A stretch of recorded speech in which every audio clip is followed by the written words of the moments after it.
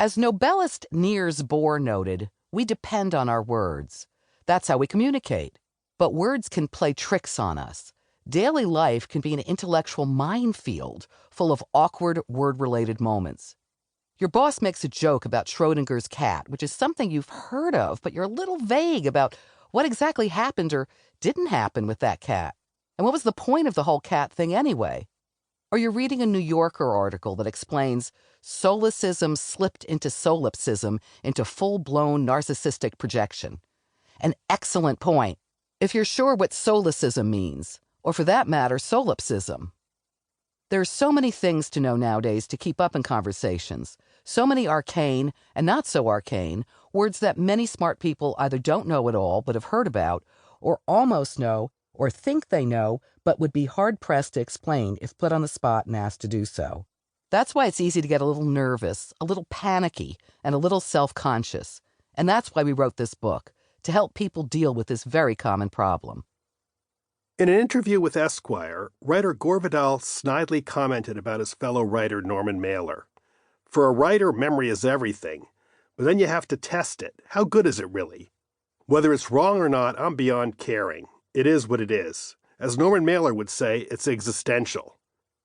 He went to his grave without knowing what that word meant. Maybe Vidal is exaggerating, but one thing is certain. A lot of us use words that we're not completely sure about, and hope, that we got it right. Seth Stevenson in Slate wrote about the words that erudite people kinda sorta know, but kinda sorta don't, dubbing these words one's bubble vocabulary. These are the words that, if you were asked directly, what does this mean, would make you hem and haw and try to change the subject, like syllogism, or solipsism, or trope, or yes, existentialism. Awkward Moments gives readers a brief rundown on words smart people should know, from the worlds of science and the arts to philosophy, and from broader topics like quantum physics and ontology to smaller, more specific ones like Schrodinger's cat.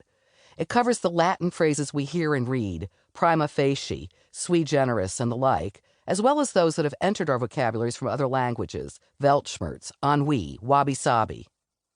It's a diverse collection, but they all have that slippery, I think I know that, but thing in common.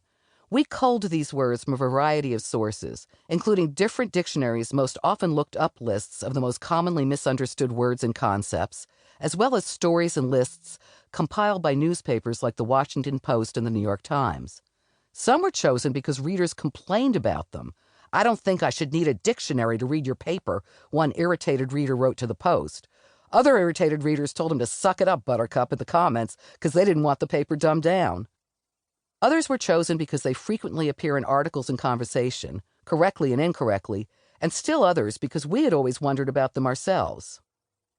And at the end of collecting and culling and talking to people and asking what they considered part of their bubble vocabularies, we wound up with 100 words that smart people should know or think they know, but often secretly don't.